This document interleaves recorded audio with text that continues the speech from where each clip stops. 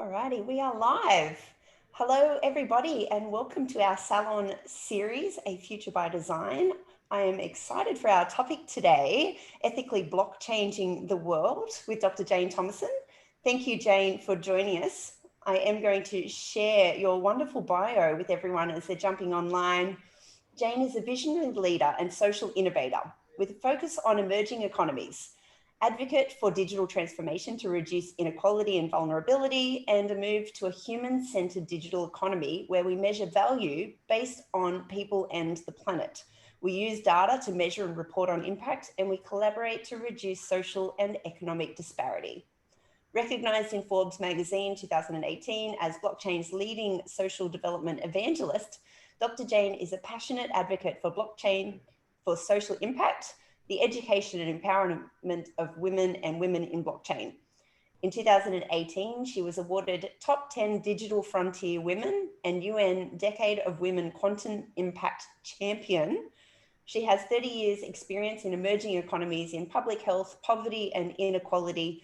She started her own international development company in 1999, built it to $15 million in revenue, merged with ABT Associates and led the growth to achieve a tripling of revenue and diversification into new sectors to $250 million with 650 staff. Wow. Welcome, Jane. Hi, so great to be here with you. Thank you Who's so that much. lady you were just describing? She sounds pretty good. She absolutely does. And I think I've got 1,000 more questions just from your bio. And it's been an incredible couple of months getting to know you and the conversations that we've had in the warm up to being online with everyone today. So, ethically blockchanging the world. And I have some fantastic questions, but I want to start first. If you mentioned you've had some blockchain adventures. Yeah, look, I think anyone who's been involved in blockchain since the earlier days, and I was only involved since 2016, we've been through some pretty big highs and lows, and you know, it's an extraordinary community full of incredibly smart mathematicians, developers and cryptographers. You know, when Bitcoin started to get popular in the ICO peak, people were making hundreds of millions and billions of dollars. So there was extravagant expenditure and hordes of people who traveled around the world from place to place, you know, supporting and advocating the blockchain message. And so as a result of being in that community and part of it, I've visited amazing places, not just London and New York and places like that, but Puerto Rico and Nigeria. We did a hackathon in Nigeria, Indonesia, so many different places, India, where just being involved in blockchain has taken me. So yeah, there've been a lot of adventures, and that was the title of my book, which is really just trying to not talk about the technology, but talk about the incredible experience that some of us have had from just being in that.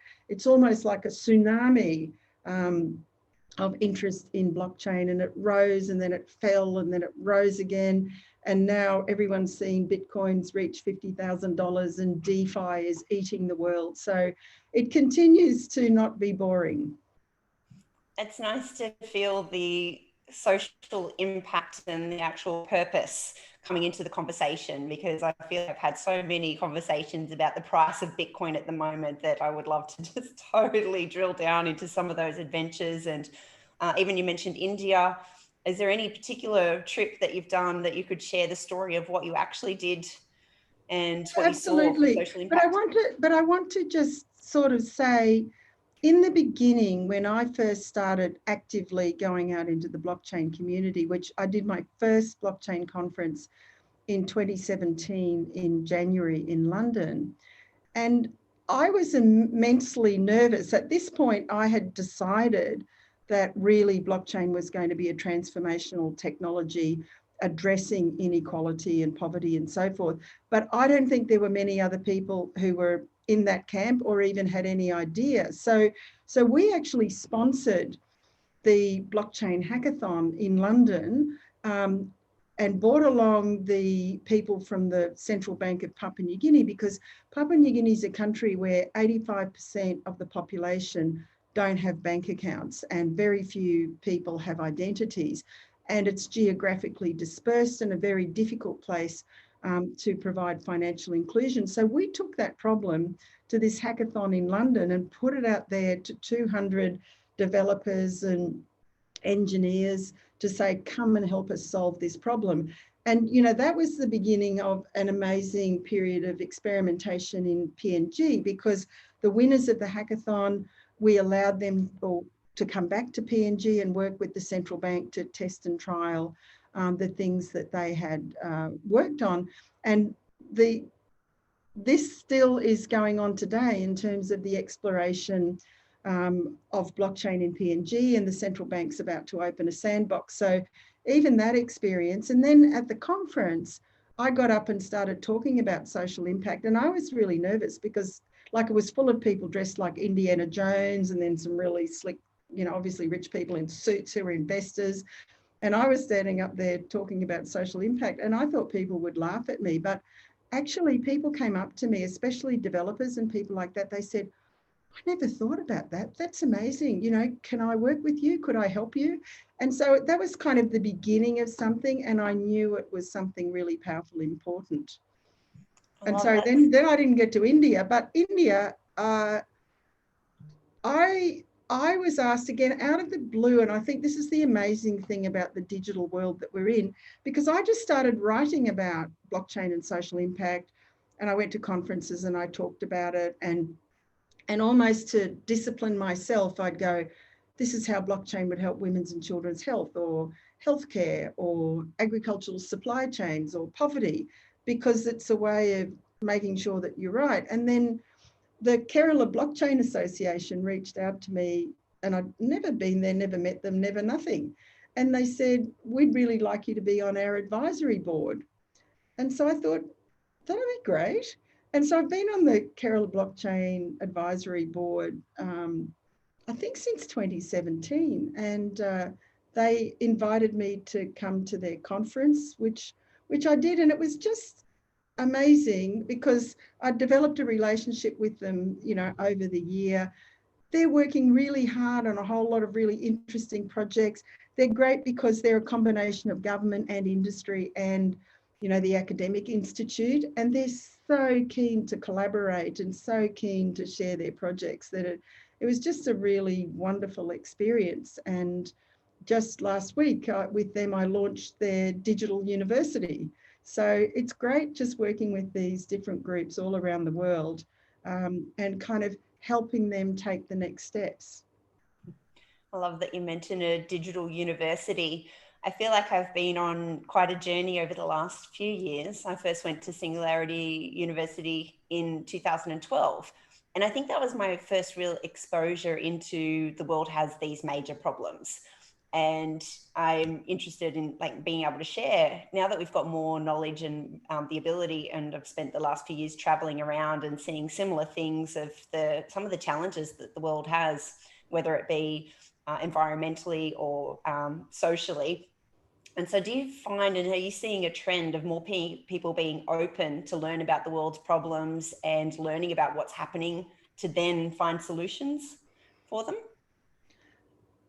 I'm not sure. So I see a couple of things. So one is I think that there is a dawning realization because of the pandemic that the kind of whole economic and governance system that we've lived with since the post-war hasn't served us well. And that's why I think this increasing focus on climate change, the planet and humanity, because, you know, people are going to fall into poverty. Hundreds of millions of people are going to fall into poverty as a result of the pandemic. And we've just seen everything, you know, governments looking inwards, collapse of supply chains, the institutions theoretically that are supposed to connect and govern, you know, globally just didn't. And so I think that's caused people to reflect. But I also think people have really tended to focus much more inward. So I don't know that people in Australia are getting concerned about people anywhere else but in Australia. But what I've seen is if you look at what's happening in India or Africa or Indonesia, innovators there are really accelerating what they're doing to solve some of the problems that have come about as a result of the pandemic. So anyway, innovators there, in my view, are faster because we've got all these legacy systems. We've got people who are comfortable with the legacy systems. They work pretty well and no one wants to be disrupted. So we're going to be slow, whatever happens. And so I think the pace of innovation that we're going to see is going to be in emerging economies, and especially because of mobile technology coverage, because 70% of the world's population now have access to mobile, and that can change many things. And we'll see that huge shift in the next 10 years where we get the majority of the population online and at speeds, 5G internet connection speeds. So they're going to be coming online for the first time and getting access to be able to have new economic and work opportunities as well, particularly in those developing nations. And look, you're already seeing projects that are working on that, creating kind of new platforms for the gig economy and so forth.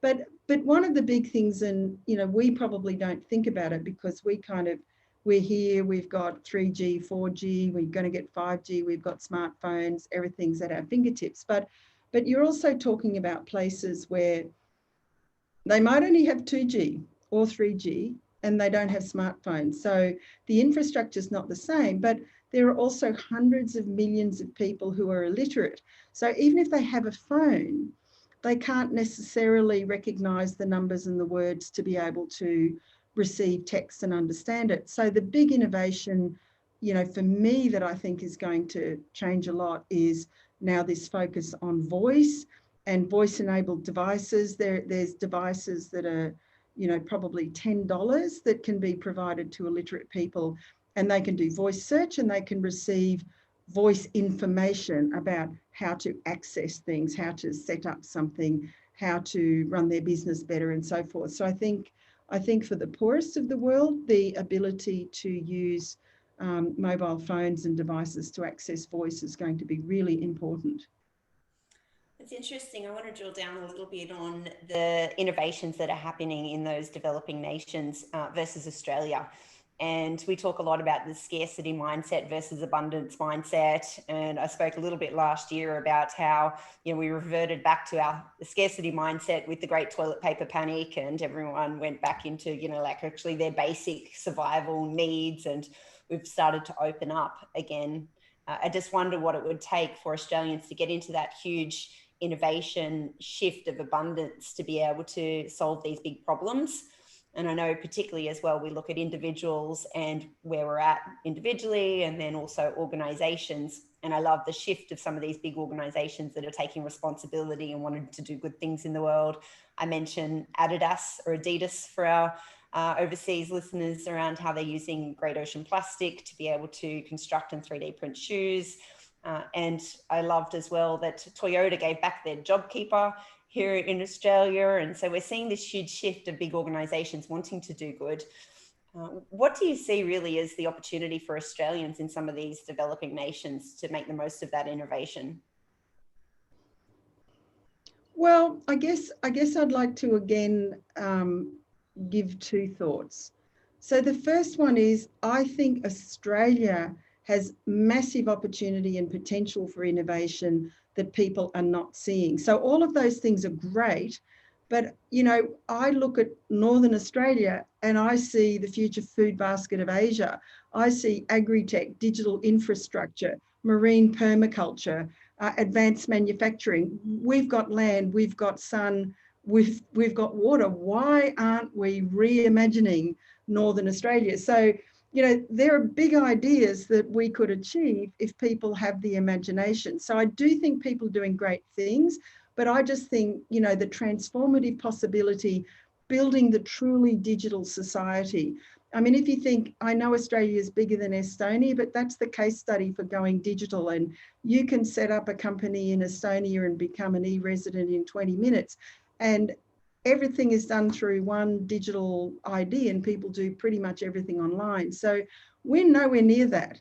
So it's great that companies are supporting innovation, you know, within their mindset. But I think as a nation, we're very far away from really harnessing technology in a way that's transformational. And I also think that our visa programs don't make it easy to bring the additional smart digital people that we're going to need to be able to build these kinds of big ideas. So there's a number of areas that I don't think we make it particularly attractive for digital entrepreneurs to come, and the way that we finance innovation, in my view, is not up to the standard of many, many other countries. So we won't compete.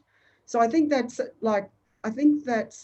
the way that I feel about Australia. In terms of how Australia can help emerging markets, you know, I guess I'd put an alternative question to you, which is, what can we learn from emerging markets? Because they're already out there doing a whole lot of things, some of which we're nowhere near, largely because of our legacy systems and you know, our comfort. So we're reluctant to change. And then, you know, how can we enhance and make that better? So I think the days are gone of, you know, almost sort of post-colonial, where we go with our good thing and take it to these poor people in another country. And I just think it's becoming much more even. So that kind of dialogue, sharing, learning from each other, looking at their technology and seeing how we can enhance it, and vice versa. So I think it's much more about collaboration and partnership, but sometimes it will be about funding. Because you've got entrepreneurs in many, many countries who don't have access to funding, and maybe that's somewhere that people could contribute. I love that you touched on our legacy systems, and I think from one of our previous conversations we were talking about identity being a challenge, and just the example there where internationally we've probably got about 1 billion people without an identity and that are living in the shadows, or that just haven't got that birth certificate and the ability to have ID. Versus in Australia, we've got our identity systems, we've got our license, we've got our passport, it works. And so there's no real urgency for us to solve that challenge in the immediate future. And so the innovation comes where those problems are the worst, to be able to help solve those problems. Yeah, no, and identity is almost the window to everything, whether it's social services. In many places, you can't go to school, you can't get health services, you can't be married unless you've got an identity. And there are you know, literally millions of people who don't. But you also need to think about, we have more displaced people in the world today than ever before. And so you have these vast populations who are displaced and moving, and often they've fled their homes because of war or an armed conflict. And so they flee without their identity papers, without their qualification papers, without their bank account papers, and they have nothing. And so trying to find a way that's going to enable displaced people to have identities that can be recognised by different institutions and governments, and even things like alternate credit scoring. Some of the humanitarian agencies are working at how to get a sort of basic identity to people, and through, you know, things like attestations and micro lending, say, look, I lent Freddie, you know, $10 and he paid it back early and with interest. He's a good credit risk. So looking at different ways of doing things for, you know, really poor people is something that's essential, and we just take all that for granted. So I have to ask the question, because we're talking about ethically blockchanging the world, and identity and data privacy is such a huge topic. And I know that when it's something like that and you can't go to school without an ID, or you can't open a bank account and whatnot without an ID, then there is the possibility of exploitation and being able to have too much information. How will blockchain potentially solve that challenge? So, you know, I think you raised some interesting points. And, you know, one is obviously, and if we talk about surveillance capitalism, and even during the pandemic, we've all rushed to register with the various apps so everyone knows where we've been and where we're going and so forth. And then the question is, how's that going to be used? You know, but we don't live in an evil state, so probably it won't be used in a really terrible way. But this is not the case in some other states, where where people actually would love to know if you come from a particular ethnic minority or religious minority, and may well use that information, to create harm. And so that's a risk. I think that the key feature about blockchain is that you can permission people to use the parts of your identity that they require. So let me take an example of, your 18-year-old daughter goes to a club and the bouncer wants to know what's her identity. At the moment, she's giving her driver's license with her home address and her date of birth. He doesn't need to know her home address. He just needs to know that she's over 18. So she's actually giving out information which, potentially, if he was a bad guy, he could take the home address and follow her home and do harm. And so the thing around a blockchain identity where you're owning your own identity is you can permission him only to see the information that he needs to see for the purpose that he has. And so you don't have to give out every piece of information about yourself, about your medical record, to anyone to look at. You give them what they need to establish whatever information it is that's required. It's nice to see the education of that, and when people actually understand examples like that and how it's currently being used now versus in the future, the application and the way that it can help solve those challenges, I think it removes the fear from it. Have you seen a lot of fear in that ethics space around the data privacy of blockchain and what we're Look, doing? it's so interesting. So I think that people are only just starting to wake up to some of the ethical issues with generally things that are digital. People jump up and down a bit about privacy, but the plain facts of the matter are is we gave that up a long time ago when we got our mobile phones, and we happily give up our data every day to almost every application on the phone. And so I think all of the way that we think about privacy and information is really different than what it was before. And even for people to think about the fact that they're giving up their data and that these companies use it and sell it and store it, and we don't know what's happening to our data. There's some really big questions there that people are, only just starting to ask. And we trust it to the cloud, and yet then we realise that, the people who own the application have pretty loose agreements with the people in the cloud. So there's a lot of risks for the data, all around the place. And I think that this whole discussion about ethics is very important, but it's not just about data and privacy. It's about how algorithms are programmed, and whether you create bias in the algorithms that are going to bias particular groups in the population and not give them a housing loan or whatever it is that the algorithm's dealing with, and making sure that before that algorithm gets active, that someone's actually done an audit, if you like, and had a look and thought about what are the ethical consequences of what that algorithm's doing, and making sure that it takes account of it. Because there's a big risk, and academics have written about it about proximity. So the closer you are to making, let's say, an ethical decision. So let's say you and I are talking about whether we should give Mrs. Smith a housing loan.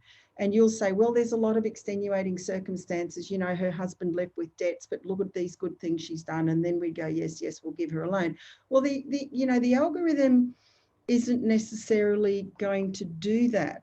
And you need to think in advance about the impact of that, because it could impact on hundreds of thousands and millions of people, a sort of thoughtless decision about the impact on all of those Mrs. Browns and Smiths out there. And that really needs to be taken into account when building the algorithm. So what a lot of people are arguing for is that we need some globally accepted ethical frameworks, and we don't really have them for digital ethics. There are various, ones around that do certain things. But we also need for CEOs and boards to be responsible for the ethics of the digital world that they're creating, and to create systems and processes within their organisations to make sure that people are actually considering the ethical implications of what they're doing.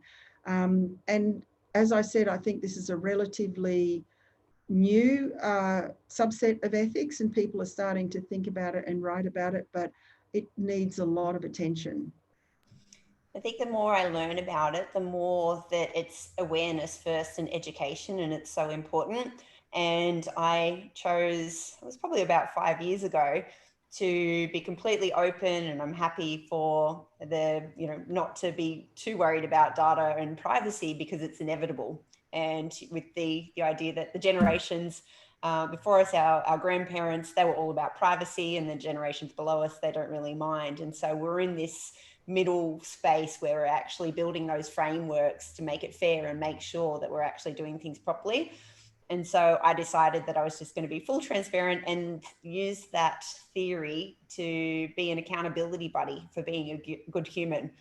And so I've invited Siri and Alexa and Google and all of these robots into the home and the AI. And I know that they're tracking what I do. And even Facebook and Instagram a day or two ago said, to deliver you better ads, we would like permission to use all of the data on your apps and your phone completely.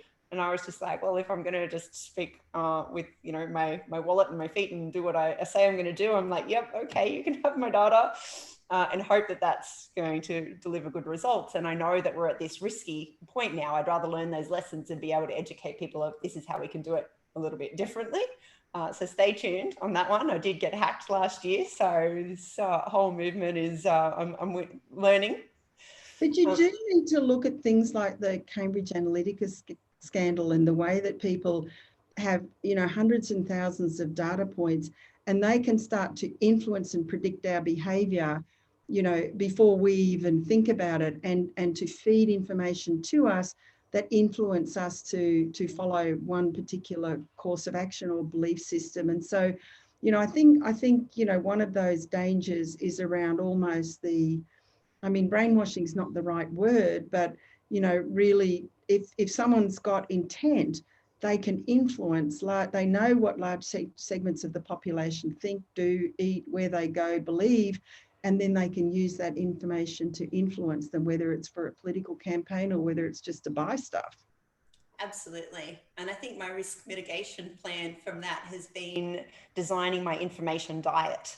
And so, the lifestyle move of being on the beach here, and my information diet of being in the ocean and walking and talking to great people. And I don't watch the news. I've had to completely design, similar to you would with your meals. You actually, whatever you buy at the supermarket, the groceries and whatnot is going to determine your health. And so the same with my brain. I'm being protective about what I allow in, and these rivers of information, having great conversations like this that keep me conscious and aware of, how we can actually help design that future. So I want to go back to a point that you mentioned as well about that financing. So for example, if someone lent someone $10 and paid back with interest, and just all of those small behaviors. And I think that we've got this transition of previously there wasn't that much data. So you went for a loan and they might see your bank statements and that you get a salary, check your pay slips, and that might be it. As opposed to all of those different behaviors that you've got along the way, that is creating that digital identity or digital twin to then be able to help you. And so applications like that, do you see that will become more and more so relevant? And then the on effects of that, of good people being able to get loans, and whether it be food and everyone being able to access their basic needs, how do you see that playing out into the future? Well, again, my example is going to be from emerging economies, because, this is where people are moving fastest. So there's a group called Hive Online, and they're working with women's cooperatives in Niger and enabling the creation of these alternate credit scores for microfinance and digitising cooperative finance and so forth. And that's just one example of many that are working around the world, where people want to pool funds and want to borrow funds and want to get something for investment and can't through traditional finance systems. So this is one of the areas, and there are many where actually these alternate finance systems, decentralized finance and digital assets and some of the cryptocurrencies and so forth, are actually being used for useful and functional purposes. Because, like you said at the beginning, most people just know about Bitcoin and it hit 50,000, and then they'll bring you some dark web statistics and tell you how much electricity it consumes. But there are, in fact, a number of ways that digital assets are increasingly being used in ways that just help people get along and do the things that they want to do. That's a good lead into, I guess, industry questions. How do you see blockchain being able to change the world in agriculture? Well, I think so. I'll start with agriculture, but I think I'll take a step back because I think it's a lot of it is around supply chains, and supply chains would be one of the key after banking and finance, which I think is going to be the first and biggest and most important use case for blockchain. It's going to be around supply chains. So that's both in terms of provenance, and we'll have all heard about those kinds of projects. So you want to know that you're eating Tamar Valley yogurt or South Australian wine, and so people are able to track right from the source to your table the provenance of particular things. And you know, this is being applied. Some of you might have heard of an Australian company called Everledger, which is tracking the provenance of diamonds. So people aren't buying blood diamonds and De Beers and so forth. And so there's a lot of that going on. But I think in agricultural supply chains for poor farmers, the kinds of applications that are relevant are, first of all, there's a kind of functionality within blockchain called a smart contract that some people might have heard of. And they're not actually contracts, although they're called smart contracts. They're kind of lines of executable code. So, for example, the farmer could take his bag of coffee beans, have them weighed, and then pass them on to the seller. And then the minute that it's confirmed that he's sold, 20 pounds of coffee or whatever it is, then immediately a payment is triggered into his digital wallet. And so it speeds up that whole payment system for agriculture. Quite a lot of people are also working on cutting out a number of the middlemen, because one of the things that blockchain is capable of doing is cutting out all sorts of intermediaries that we've traditionally used both in agriculture and banking and other industries. And I'm not on agriculture this time, I'm just back on finance, but I remember interviewing someone from the Commonwealth Bank of Australia who did the blockchain bond with the World Bank called the Bondi Bond. And she was saying that in using blockchain, they cut out 11 intermediaries who traditionally were involved in the bond settlement. So it can have that kind of impact. But there are also other really interesting projects going on where you're using blockchain and kind of associating it with weather data from satellites that allows farmers to kind of predict the best time to grow their crops. So there's a whole lot of different examples of projects that, and also agricultural insurance, because when farmers' crops don't survive, then this can be catastrophic for the families. So there's projects in that as well. So there's a number of different areas where, blockchain is already being applied and the use cases are strong. I wonder if we'll look back in the future and just go, I can't believe that they did it that long-handed way where, someone would write an invoice and then send an invoice and, this would happen, and the actual friction that there is in the process these days. Look, I think we will, and I think there'll be a time where we don't even talk about blockchain. It will just be one of the underpinnings in the tech layer for so many things that we do. But we're not quite there yet. But yeah, I mean, the automation that's possible and the efficiency and the speed and the cost savings that are able to be yielded, we're going to be seeing them more and more. And there's, 400 banks and 40 central banks who are all looking at how they can use blockchain in their operations now. And supply chain, as I said, is a really big one for taking the friction out of supply chains and improved efficiency and real-time traceability. That's the other thing.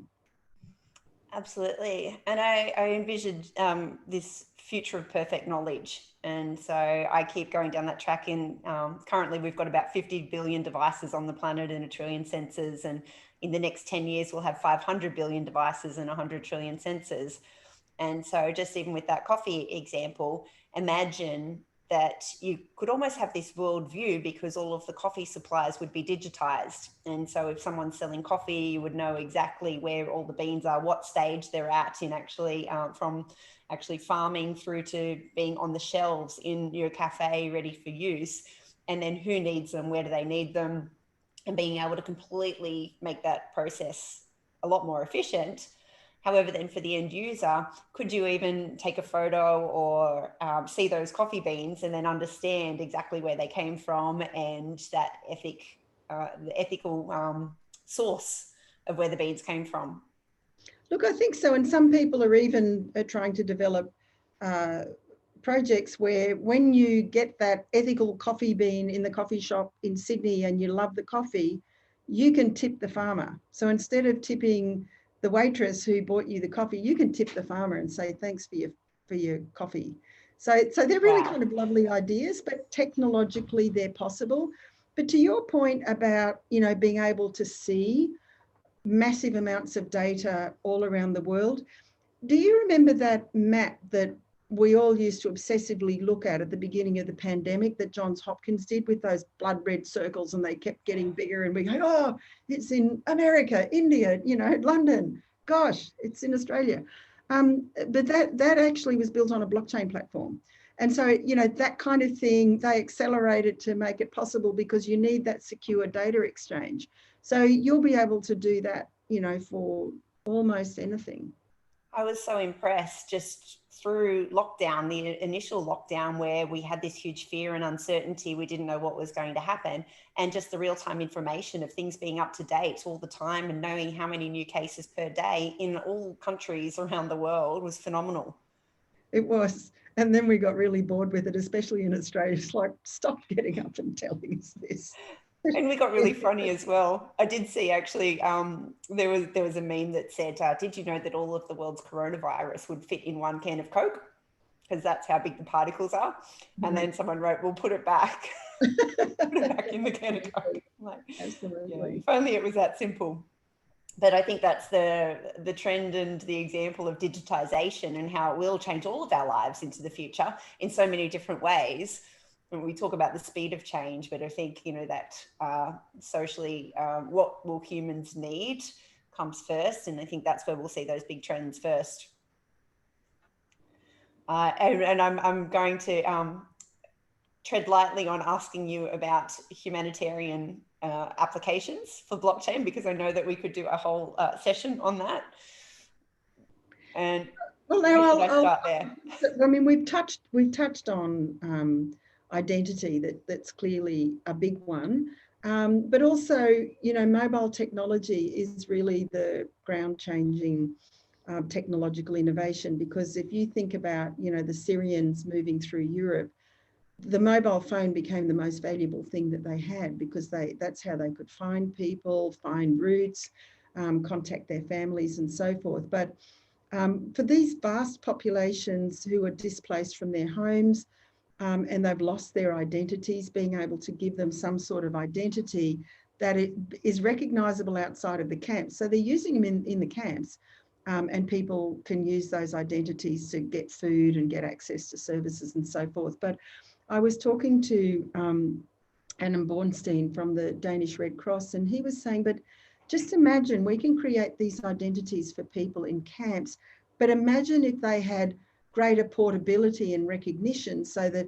when they go to another country, that kind of web of information that's been built up around this identity is going to be recognised outside of the camps. And I think that that's one of the challenges to identity for refugees, is they can have one, but if they then get relocated in another country, they're going to have to build up all of that information again, because it's not necessarily recognised.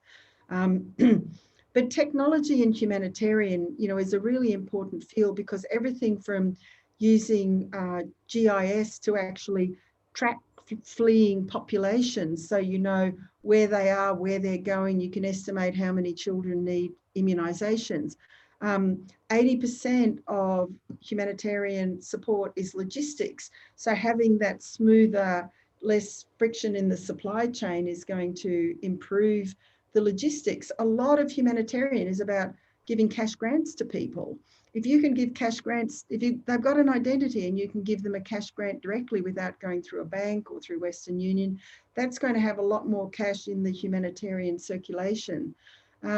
So, and then everything from, you know, certifications, so that if they've got qualifications, they can take those certifications with them. And digital classrooms in the camps. There's just so many things that, not just blockchain, but this combination of technologies, and voice again, because often the people in the camps are illiterate and only understand the language where they've come from. If you can give health workers and aid workers devices that allow them to speak in the language they know and be translated into the language that the displaced people understand, that's amazing. That's incredibly powerful. You're touching on one of the huge themes of our curriculum, and that's around the dematerialization aspect. And so you're talking about just a phone, and, you know, on your phone, you've got all sorts of things. You're talking about identity, you're talking about finance. We've also, in this now, it's also a torch, it's your music, it's your entertainment. And so I love the idea of how, everyone's kind of got access to everything that they need. You also mentioned as well, health and immunizations. And I think that's the ability to store their immunizations that they've had and then be able to just share the information that they want with people that are irrelevant. And I've kind of got this view of, into the future with COVID, and it might be in the coming year or two, there's going to be a conflict around the people who are immunized versus not immunized. And I know we've still got our borders closed in Australia, but to be able to go into a cafe and say, yes, I've had my immunization, and for the cafe owner to be able to protect their staff and their teams. I know that's a whole other conversation, but where do you see, I guess, the benefits of health going in the next few years? Well, one of the big changes that people are working on, and again, the project that I've seen go furthest at the moment is actually in Kenya, where people are working on essentially a digital health wallet. So you can have all of your health data in the one place. Now, if you think about health data at the moment in Australia, then it's everywhere but in your hands. It's with the laboratories, it's with the radiologists, it's with the doctors, it's with the hospitals, it's with the government. None of it's with you. And then you think about how hard it is to really understand your complete medical picture, because you've just moved to another town and the doctor knows nothing about you, and you've forgotten half the things that ever happened to you, and it's not held in one place and they can't get access to all your records. So there's two ideas about this personal health record. One is that it's holds all of your medical history, information, testing and everything in one place. And again, you can permission people to look at the parts you want them to look at. So you don't have to give everything to them. You can give your medical history in terms of what you've been prescribed for hypertension, and not give them a whole lot of other things. So it has value in that sense, allowing people to really understand and treat you with more precision. And you'll hear a term now about, precision medicine, because they have all this information about you and they can treat you in a more nuanced way. But the second piece, and this is an area that people are working on, and I think we're going to see, is that your data, and your health data in particular, has value. So people are working on health data marketplaces, because researchers and drug companies and people who need to train their algorithms need vast quantities of data. So if you actually have your own data set and you want to make it available for researchers and other people to use it, it's possible to earn money from that data. It's possible to earn money from allowing people to have a look at your genome. So all of these things, data as property and data has value, are things that we're going to be seeing coming down the track in healthcare. You're touching on a lot of topics that I know that into the future, the friction will be completely removed. And I'm not sure how much if we've spoken about it, I've had 2 kidney transplants in the last 20 years. So I have spent a lot of time in the health system. And if I do actually have to explain my past health history to another person. Like, it's I get to that point, you go into hospital and you explain it to 4 or 5 people over and over and over and over and over again. And so I look forward to that day where you sort of look back and you go, oh, I remember those conversations and how painful they were. And then to even advance that even further, the ability to, like, I have regular blood tests, and I went to the Health Nucleus program in San Diego through Human Longevity Inc. And they do a full proactive healthcare plan. And so you go in for a session. It's like walking into a day spa, and they take you in and they do your full genome sequencing, your pharmacology, your full CT scan, MRI, ultrasounds. They test you for everything that you could possibly have or have in the future with your DNA and your genes. And then they give you a 300-page proactive report on how you can actually be better. And then if I was able to go back to San Diego, each time that you go back, they're using machine learning to be able to then give you predictions on how you can actually be better and live longer and healthier and all the rest. And so I envisaged that of being able to always continually learn the most about myself so that I can show up as my best self. And, biochemically, how am I going to be my best every day? But then not having that information in the hands of all sorts of different people. If it was in my phone and I was able to say, hey, someone's actually researching kidney transplants, would you like to share some information to be able to help further their research? Absolutely, I would do it in a heartbeat. So that's exciting about the future applications that we might see in that space. Well, I mean, I think that's the kind of vision for the future, because a lot of us are just kind of, we're here in our familiar world and our familiar lives, and we kind of know there's technology things going on, but we really don't understand, and we really don't know what the transformations can be. And I think that, where there's a place for education, it's kind of creating this future new vision for what life could be like, if some of these technologies actually took root and were able to operate at scale. So I think there's a need for education, but I think there's also a need for envisioning. And that's something that I think is missing generally in many places around the world. Definitely, and I love that we're sort of starting to get into that impact and talking about that. And typically, we do see these technologies, and people are hearing about them, and they're often going to solve problems for the most vulnerable first. And so, most people would think that it's not going to impact them and be significant in their life, and they just see the fear and the danger. However, I love to see now how these applications then can be transferred to the mass population in a positive way for us to be able to then all show up as our best selves and help improve our own quality of life. Well, I just had lunch who's working, in educational technology, with someone who's working in educational technology.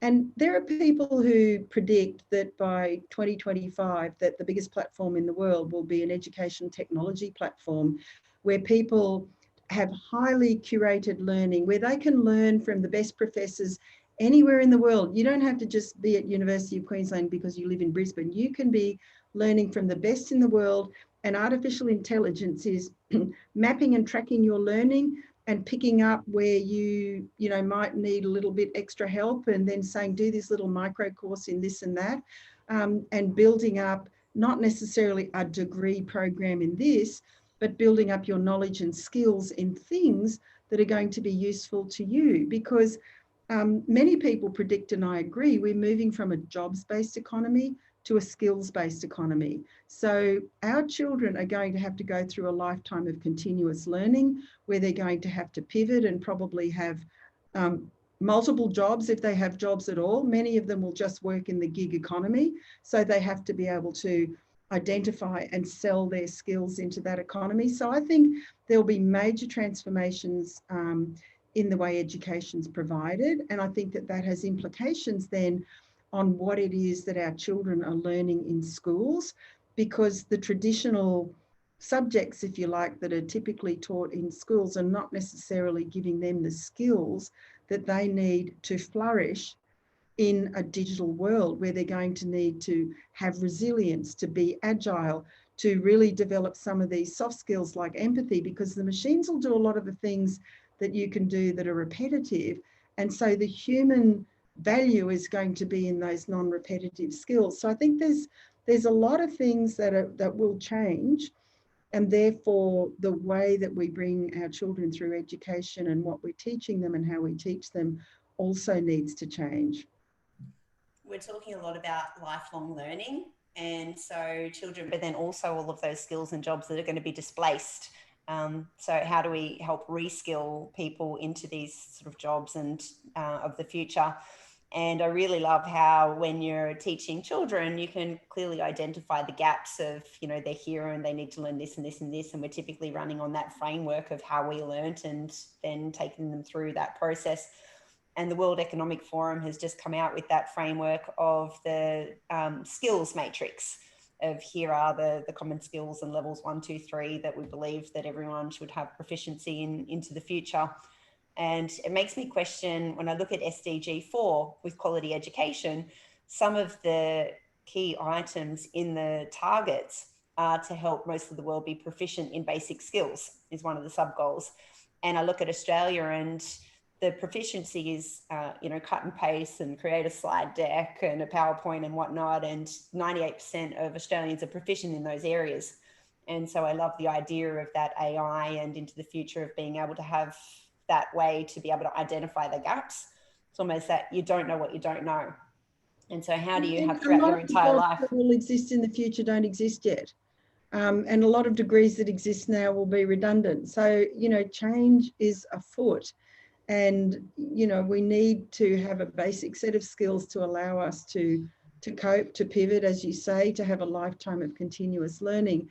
But one of the other comments that, I'm not necessarily hypothesizing this, but some people do, is that, the truck driver who gets displaced because of self-driving cars and trucks and so forth, may or may not be able to be reskilled into one of these new digital jobs.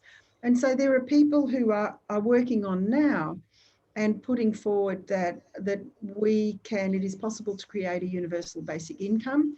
So people who aren't able to work can have enough money to live. And then the problems become, how do they fill their days and how do they have a sense of worth and pride? Because since the Industrial Revolution, many of us have got our self-worth and pride from the jobs that we're doing. But remember that jobs also in the course of history are a relatively short-lived phenomenon. So there's nothing to say that we always have to have a job. And after all, the aristocracy never had jobs, or the ruling class. So just thinking about, because we're still very much in this, our paradigm today is that everyone has a job and they go to work and they get money and that's how life is. There are other paradigms out there. I'm not saying they're right or wrong. I'm just saying they're out there that people are thinking about. Well, maybe this job thing, it's sort of over, except for certain proportions of the population that have particularly fabulous skills that we need them to create the world that we live in. Absolutely. And I think part of that for me is proximity, and with people who are actually making a difference, and then they can see the benefits and the risks of technologies and have these conversations, because there is going to be a lot of change in the next 10 years in our lifetime, and we're going to experience it so much. And so on that note, I want to thank you so much you inspire me so much to be able to make it feel possible to understand the applications. And I love being in your proximity and being able to have these conversations. And I know that you've got an event coming up for International Women's Day, and I'd love for you to share that. Well, thank you. Now, look, I would love people to sign up for that. It's actually being organised by a good friend and colleague of mine, and she's trying to create a global event for women all around the world to celebrate International Women's Day. It's called Amplify Her Voice, and she's got a really interesting main stage program, but she's also got roundtables with women from every continent in the world, just talking about topics and issues that are relevant to them. And I helped her organise India, Mongolia, China, and the Philippines. I didn't realise she wanted me to do Australia as well. So I would love some people to join the Australian roundtable, which is at 11 a.m. on March the 9th. And I think we're going to share the links. So love you to join that. It's a really interesting program. And there's something very powerful about having women all around the world, every continent of the world, talking to each other on International Women's Day. Absolutely. Thank you. I will definitely be signing up and joining along. I think there's nothing more inspiring than having those conversations, and it totally removes the fear as well for me, and just that I'd love to invite you positivity. to be a co-host to my panel I didn't know I was having. So consider that an invitation. Absolutely. I would love to. And Jamie's sharing the link now to the event here in Zoom, on Facebook, social media, and in on our online learning community. So with that as well, I will invite everyone to check out our online learning community, singularityaustralia.com. And we've also got a summit coming up. And we love every year we run this big summit, and we have these wonderful conversations, invite people from all over the world to speak and share their views, and really that lifelong learning around what's happening, and being able to network and create experiences for people to collaborate and be inspired to continually work on the world's biggest challenges, and how that actually can change our lives every day. So Dana, I need to ask you, is there anything that you would love to share? Any final thoughts? I know I was going to ask you about how you originally got into blockchain, because I love the story. Well, I won't tell that story. I mean, it's a good story, but I think that, I think the final thoughts that I'd like to share with you is there is so much information out there. If you want to go and look at it, you want to go and learn and find it, you can. But the big thing for me that I've learned, with being on the internet, is that if you reach out on the different social media and you're looking for people that you want to talk about social impact and blockchain and AI and how we can change the world and how we can, sort of reformat humanity, there are just incredible people all around the world who are really happy to exchange and share, and just help all of us amplify our voices. And I think that's why I love the name of this conference for International Women's Day. We all can lift each other up. We can all do something, and we can all support someone else to do something as well. And I just think, get out there, do something, and help us kind of actualize this to harness technology to make a better world, not be passengers, not sit back and see it happening, then go, oh, I didn't know that was happening, or I don't like that. Like, be part of it, and kind of join with people who are interested. And Lisa, I love what you're doing, and I'm sure people will just continue to follow you. And there are so many immensely incredible people all around the world. So try and find them and listen to them and follow them and get in the conversation. That's so wonderful. Thank you. It's the power of community, and it's super cool because we were actually introduced from mutual friends in London, and I love that now. We live in this totally decentralized world. We can meet over Zoom and have these great conversations. And so with that, I might wrap us up. Thank you Wonderful. so much, Jane, for joining us and sharing your thoughts. I'm really excited to see you in a couple of weeks for International Women's Day. And I hope that we can see many other of all of our audience here today with us to continue the conversation.